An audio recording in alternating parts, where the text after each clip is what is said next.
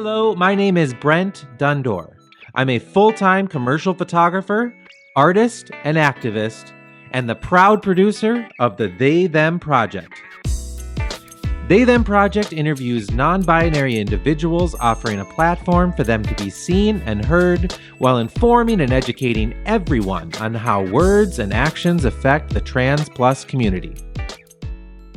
Well, thank you for being here, Quinn. I think that you have some questions for me, and I'm going to make that into a second part to this interview that people can listen to as well.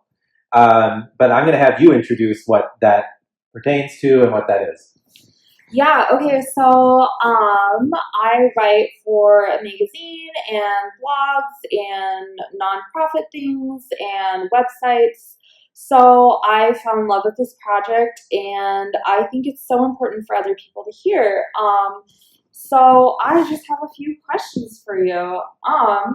So like I said before, I've low-key stalked you, so I know a lot of information about you. So these questions can get a little personal, so if you don't want to answer, that's totally fine too. Cool.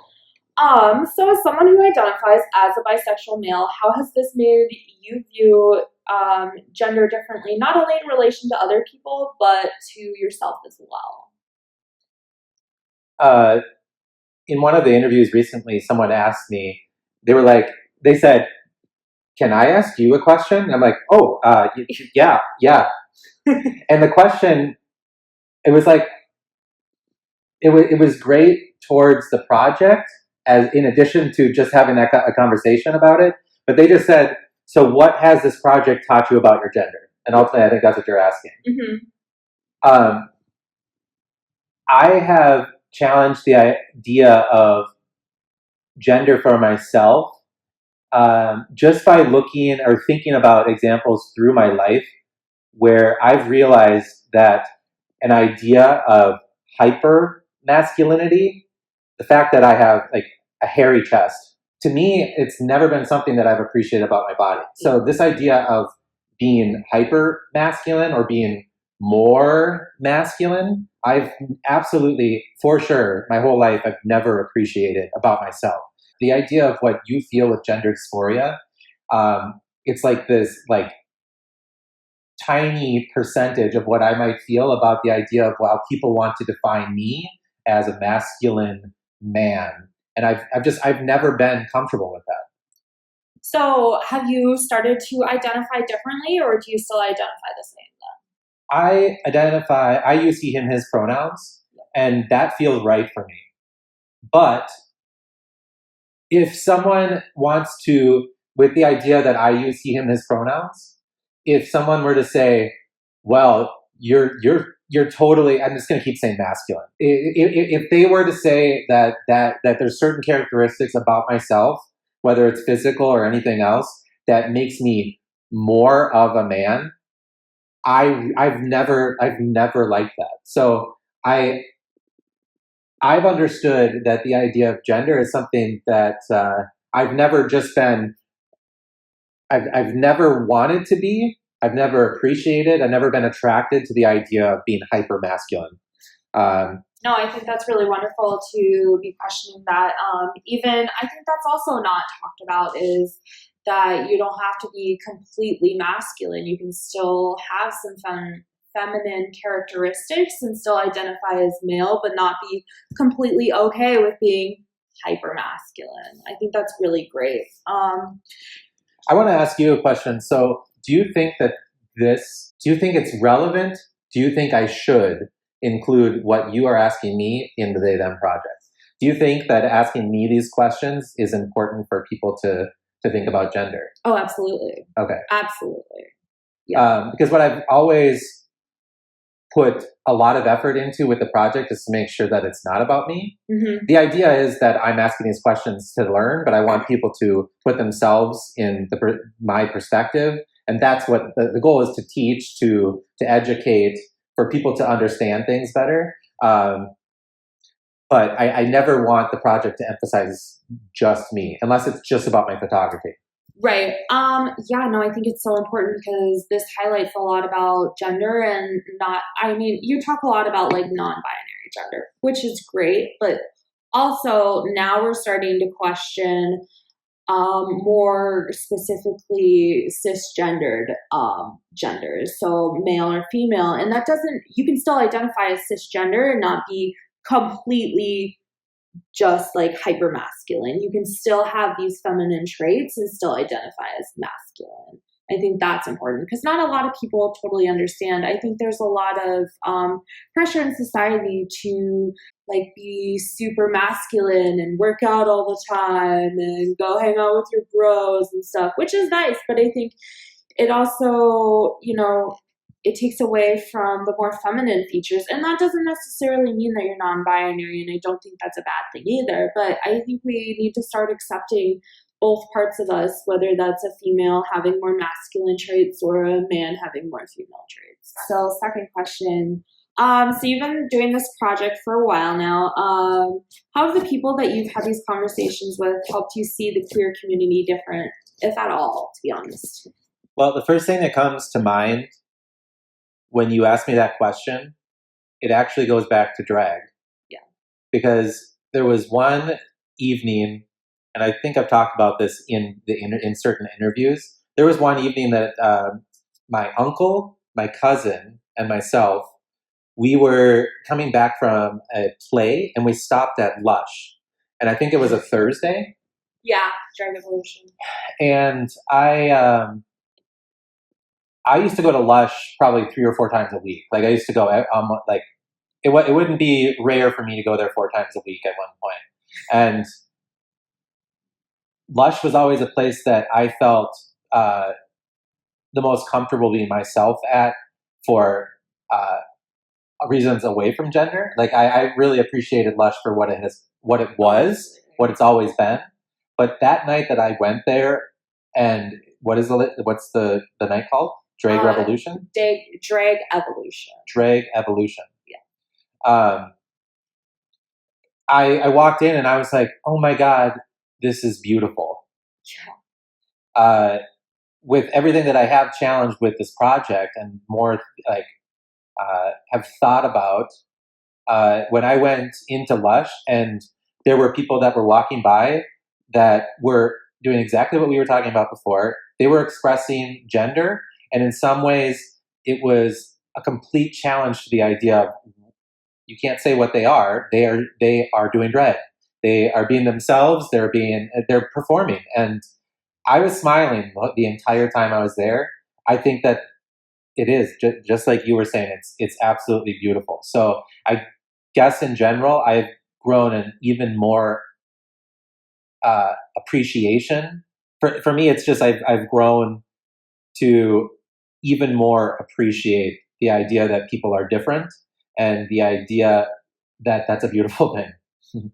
So there's a 2-part process to your project. There's the photo and the conversation / questions. Why are asking these questions important to someone who identifies on the gender spectrum? So identifying as either specifically cisgendered. Why did you add the interview / questions? Why didn't you just keep it photography? Because you're really known for doing photography. Why do you think it was so important to add these conversations? So there's a very long version answer to that, which people can they can listen to certain podcasts and interviews that I've had through magazines, and all of this exists on the website. So if someone wants to hear the really long version of that, they can do that. Yeah. And I'm always ready to share the long version, but sometimes it's better to give the shorter one. The shorter one is just, I realized that I had to challenge gender and educate myself. I had to challenge the idea of gender and educate myself. So it didn't matter to me that back then I literally didn't know that I was cisgender. Right. So I wasn't trying to think of it as a cisgender person doing the project. It was me. It started out as me challenging it for myself. So that's when I started the photo project. And then I realized quickly that the questions that I was asking, literally just for me, trying to understand someone who is non-binary, are the exact same questions that other people have. and the answers that they need to hear. So I just threw a camera down, and then I started recording those questions. Does that answer the question? Yeah, absolutely. So let's see.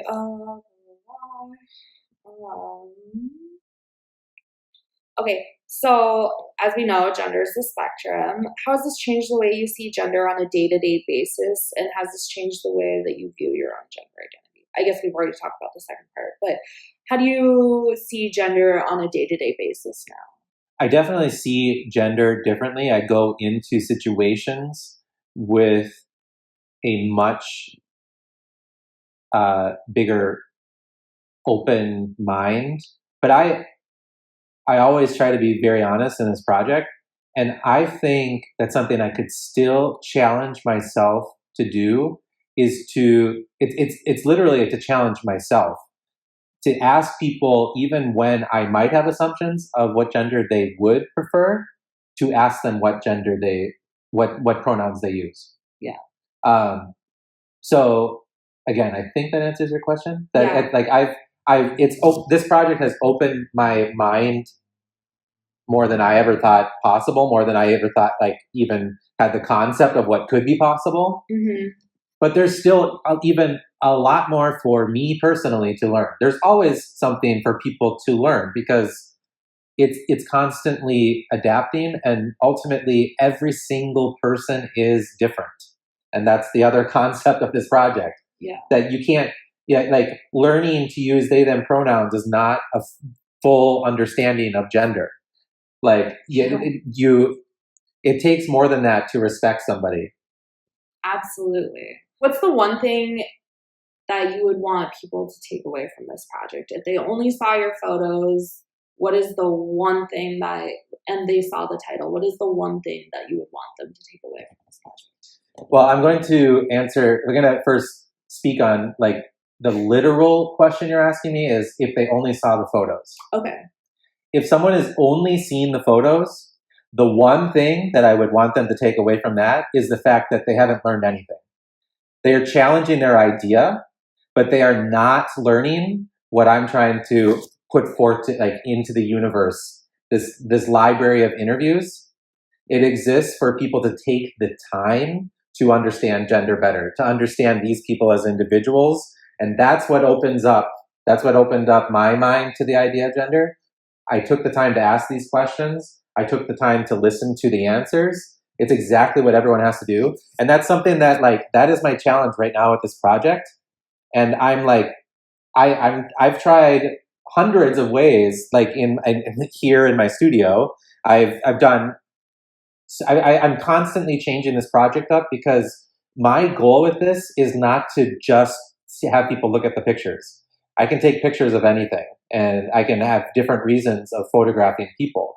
But the pictures exist so that this comes together as a project so that people can understand that there's a whole existence, a whole library of information to this that exists on the website. So maybe you would want to ask the question differently, but if you're asking me literally if someone only saw the photographs, what do I want them to take from it? It's that I want them to go to theythemproject.org. It doesn't get any more simple than that, because if you're not going to the website and you're not taking the time to understand or to look at the fact that this is a project, there's a lot of people that exist in this and it's going to keep growing.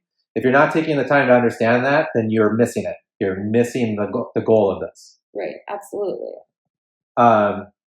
If people were to listen to, if there was a way that they could listen to all of the project in 2 minutes, what I would want them to take from that is the idea that it should never be wrong to ask someone their pronouns. And usually people are afraid to do that. I've already admitted that I could do a better job with that still. Yeah. People are, in general, in general, the general population would be afraid to ask someone what pronouns they use. But for the people who you might be questioning what pronouns they use, that question is magic to them. It's it is it is the biggest sign of respect that you can give them. Yeah. So, so because of your project, I actually created a website. So, it has to do with people who identify mostly as outside the binary and also transgender, but mostly for people who identify outside the binary. So my website shows resources. Let's see, places that you can go, just like really anything, free services, healthcare, lawyers, literally anything and everything, events, kid-friendly events, family events, events for college people. So what I've noticed in the queer community is that while we do say that we're really open to everybody, there's still this huge binary of male and female. And like, while we are starting to finally understand, or people wanting to understand and educate themselves, is on this whole non-binary, genderqueer area, which is nice. However, there's still not a lot of space in the queer community. Have you ever noticed that being out and about now doing your project? Have you taken time to see that outside in your day-to-day life and recognizing that there are spaces that while you're doing this project and you are educating people, that there's just not, it still hasn't changed? Another thing that I have learned through this project is the value that exists when you stick up for someone. When you tell, if you're in a group and someone misgenders somebody, when you say to that group, that is not their, that's not their pronouns, that's not their gender. When you actually stick up for somebody, that means the world to people as well. So when I haven't been in that instance. I can think of an example with that too, but that example exists in one of the podcasts that Twin Cities Pride podcast did, where even when people were here to do that podcast and being interviewed, there was someone in the room who did not accept they them pronouns, previously did, but now only uses she her pronouns. And when everyone was saying, oh, so everyone here uses they them pronouns, I should have been like, oh, well, actually, there's somebody that isn't, and introduce them with the pronouns that they use. So I guess that example touches on the question you just had, and kind of generally everything that I've learned from the project too. Yeah, so like doing research of my own, I've noticed that there's a lot of doing research. There's a lot of events that are catered specifically in the queer community to only male events. Like there's shower night at the saloon, and they only really want male identified people going in, or there's just very or there's Girl Scouts, which is basically an event geared towards people who identify more as female. And as someone who identifies as non-binary, it's really been hard to feel comfortable in those situations. So I've looked through a lot of spaces and have asked people like what, in regards to people who are genderqueer, like what spaces feel safe. Have you ever noticed that now through your project, that like realizing how you see space differently in the queer community and seeing that how that has made you question different spaces and how people take up space? I have to be really honest that like I said that I used to go to Lush all the time, and that in my opinion made me more part of the queer community. But now in like the last 4 or 5 years, I'm just a boring married person at home. So like I can't say that literally the queer community, at least in terms of being out and about at night or at bars or clubs or whatever, I can't really speak on that except for the good example of Lush. So I'm trying to think if there's any way for me to answer that, really. Or like I know there's like leather events. There's like I don't know. There's like I think I saw through Facebook that a person who's part of this project and also a huge part of the queer community, Rocks, I think that they were actually labeled Minneapolis leather. Yeah. It's like, yeah, I know exactly what you're talking about. I don't know the title though. Yeah, and it might be the label of man or Yeah. which I again, just the little bit of stalking that I do on people on Facebook, like that's a big deal. Again, when we're talking about Minnesota and the idea that that you would expect things to not be challenged as much here. Yeah. The fact that that's happening is so cool. Yeah. It's so cool. Yeah. I like even through I think language is so important, which is why when I write things, you know, I really have to think about it because I feel like people say something and whether they know that consciously or subconsciously, it just matters a lot. So what I've noticed though is that when people talk, specifically people who identify as non-binary, they say that they feel uncomfortable taking up space, like they almost have to, like they almost have to justify being in a space for people who identify a certain way. Have you ever noticed that when you're out and about? I don't know if you have. Well, you do probably. You do. Have you ever noticed that with people who identify outside the binary that the uncomfortableness and like have you ever had to do anything about that or have you what have you done in those situations? I think that kind of touches on uh, the podcast interview that happened here as the group and what I could have done for that person. Like another example is when when the opening was happening for the project at Lush. I said going into that, I probably said it 10 or 15 times to people, like, I did not care that night if someone came up to me and said the pictures were pretty. I did not care about that at all. Yeah. What I wanted was to see kids there, to Yeah. see youth there, to see people who are appreciating what this project actually is meant to say.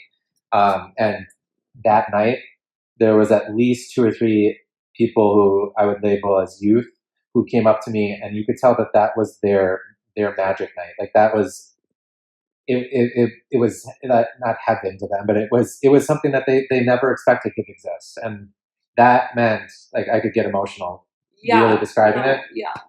That meant a lot to me because that's why I'm doing the project. Yeah. No, actually that night was so important to me. So I know I had messaged you through Facebook, but I'll just restate this. So I had that tough conversation with my parents, and that was the night that they were like, I am never going to basically truly accept who you identify as and who you are as a person.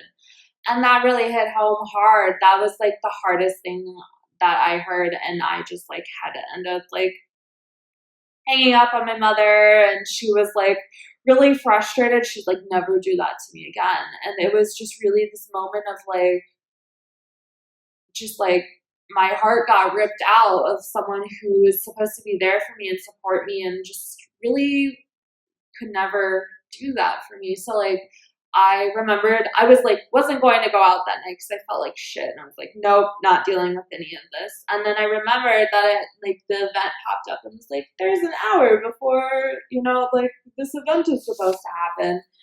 And so I was like, fuck it, I'm going to get out of bed and just go. We'll see how it goes. And it was in that moment when I stepped in the room and I realized what it really transformed Lush, because for me, I have never been in a space with that many people who either supported or identified the same way as I did. And being genderqueer and using they and them pronouns, it was like this emotional experience. It was like I was finally somewhere where like I didn't ever have to like justify that the space was in like also included me. And I think that what you did was so important, not only for me, but for other people, to show that there was this huge support in our community, because it's not shown very often. And I think that that's what's so important about your project, is that it brings a special type of community together. And I think we need to see that more often, and the light needs to be shown on that. And I think it's so important. Well, thank you for sharing that for yourself and for towards me for the project.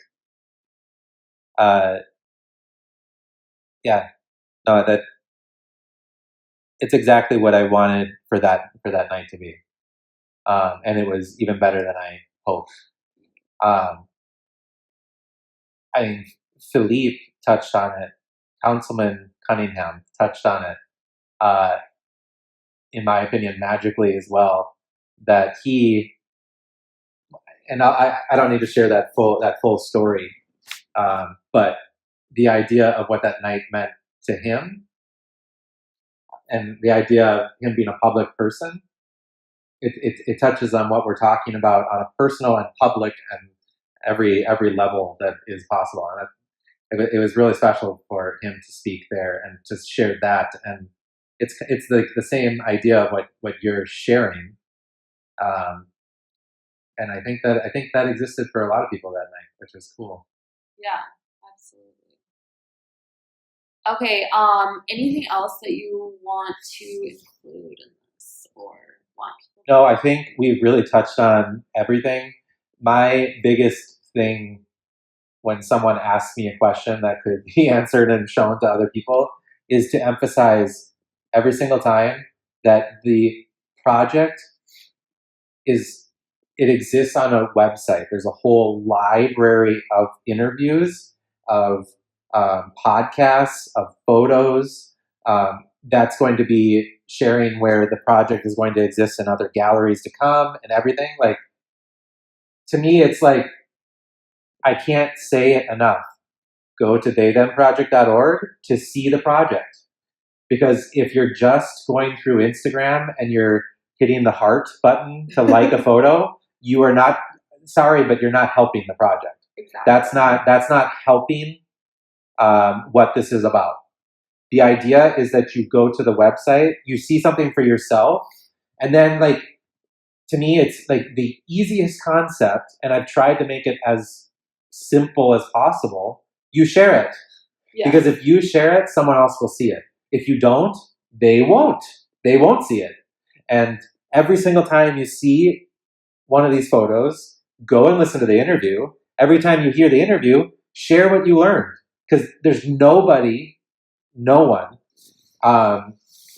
even who's a gender expert. Like, if there's somebody, a professor at the U who does gender studies, and they listen to any one of these interviews, they're going to learn something through any individual in this project. And there's no reason not to share that with other people. Because the thing that people need to listen, like what people need to listen to something is for there to be a connection with why it's important to someone else, or for why it should be important to them. If you're friends with people on Facebook, supposedly they're your friends, they would want to know why this was important to you. If this interview or any of the interviews taught you something, that's a big deal, and you should want to share that with other people so that they can do the same thing. Oh, absolutely. I think there's a lot of information out there, and especially when people read on the internet, or like they say that they're a gender specialist. Like, I've had people who like told me that like identifying as non-binary, like genderqueer, like trans, like they're really like, that's not a thing. You can't identify that way because this gender specialist. And I'm like, whoa. Shouldn't we be challenging these things? Like, let's actually have a conversation and dive into why this is important. And having that connection is really important, because without that connection, it's basically just a bunch of words and information. Yeah. Okay, I think that's all the questions I have actually for you. Did you know the best place to view the project is through the website, theythemproject.org? It's the only place you can see all the photos and videos and easily share the project to help it be seen and make a difference. In addition to the website, They Them Project is everywhere. Follow us on Instagram and Facebook and subscribe to our podcast through iTunes and Google Play. Remember that the project grows and informs only when it is shared by people like you. Go to theythemproject.org and share what you see and hear.